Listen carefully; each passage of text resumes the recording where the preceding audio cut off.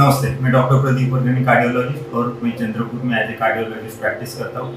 आज हम बात कर रहे हैं कि क्या एंजियोग्राफी या एंजियोप्लास्टी या सिटी कोरोनरी एंजियोग्राफी से जो डाई यूज होता है उससे क्या किडनी को हानि हो सकती है, किडनी खराब हो सकती है।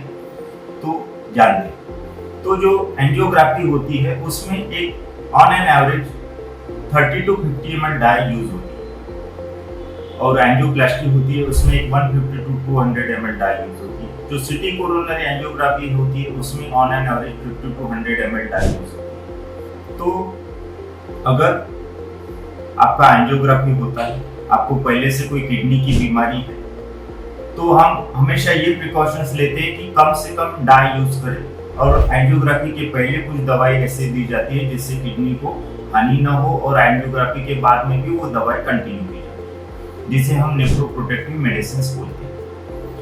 अगर एंजियोप्लास्टी ऐसे किडनी के पेशेंट्स की करनी होती है तो उसके लिए भी हम सेम प्रिकॉशंस लेते हैं, सावधानियां लेते हैं कि ऐसी दवाई पहले से चालू होती है।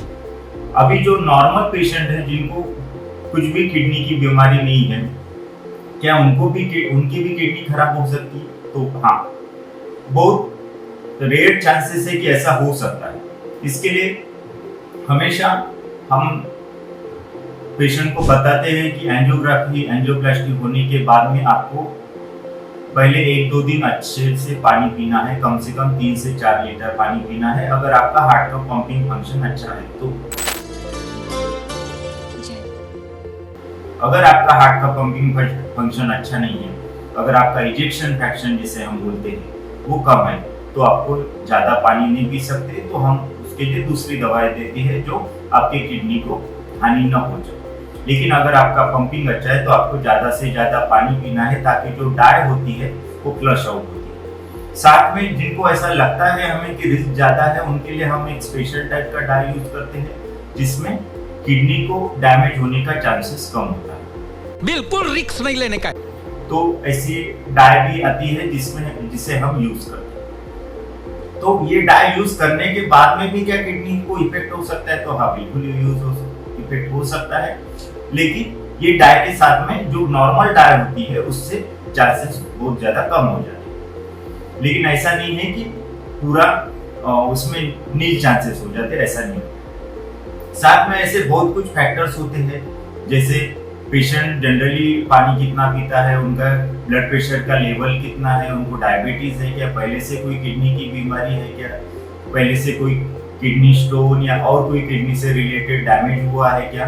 तो उसके कारण भी किसी पेशेंट को एंजियोप्लास्टी के बाद में किडनी की बीमारी होगी क्या, इसके चांसेस इसके ऊपर भी बहुत डिपेंड होते हैं। क्या इसके कारण डायलिसिस की जरूरत पड़ सकती है?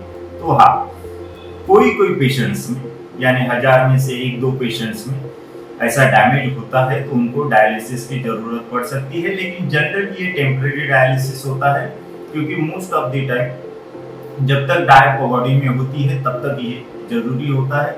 एक बार वो अच्छे से निकल जाती है, कुछ हफ्ते दवाई चलने के बाद में ये पूरा खत्म हो जाता है। हाँ, लेकिन एक आधे ऐसे पेशेंट हो सकते हैं जिनको हार्ट अटैक के कारण हार्ट पंपिंग भी कम हो गया, साथ में डाई के कारण थोड़ा किडनी भी डैमेज हो गया, तो उनको काफी टाइम डायलिसिस की जरूरत पड़ सकती है। तो ये अलग अलग चीजें, अलग अलग पेशेंट्स, हार्ट अटैक कितना सीवियर है, हार्ट पंपिंग कितना कम है, आपको कोई पहले से किडनी की बीमारी है क्या, ये सब चीजों के ऊपर भी काफी डिपेंड होता है। लेकिन एक मोटा मोटी आप माफ कीजिए कि हम हमेशा ये ध्यान रखते हैं कि अगर आपको किडनी की कोई भी तकलीफ हमें लग रही है तो हम एक तो एंजियोग्राफी के लिए 1 आधी दिन रुक जाते हैं, अगर जरूरी होता है तो हम इमरजेंसी में दवाई देते हैं पहले, और डाई भी दूसरा अलग यूज करते हैं ताकि किडनी को कम से कम डैमेज हो। तो ये हो गई एंजियोप्लास्टी के बाद में किडनी को क्या डैमेज हो सकता है, नहीं हो सकता है, उसके बारे में।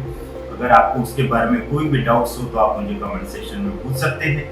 और अगर आपको मेरा YouTube चैनल लाभप्रद लगता है तो जरूर आप मुझे सब्सक्राइब कीजिए और ये कंटेंट को जितना ज़्यादा हो सके अपने फ्रेंड्स एंड फैमिली मेम्बर्स के साथ में शेयर कीजिए। Thank you.